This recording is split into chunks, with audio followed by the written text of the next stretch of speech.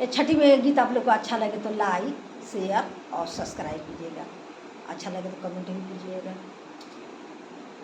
केरावा जे फरेला घावद से बाना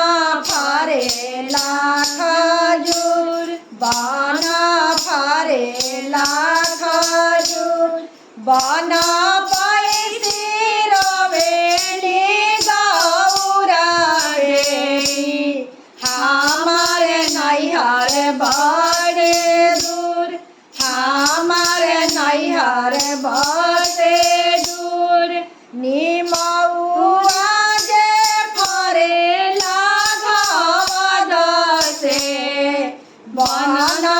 फरेला खजूर, बाना फरेला खजूर, बाना पैसी रवेली सिया बेटी,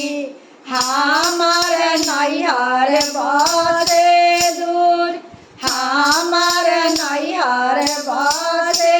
दूर, आगे आगे अवेला हजामा, पाछा ब्राह्मण के पूत, पाछा ब्राह्मण के पूत, ओकरा पाछा आवेले अपना भैया, हमारा डोली के सिंगार, हमारा डोली के सिंगार, ओकरा पाछा आवेले अपना भैया, हमारा डोली के सिंगार, हमारा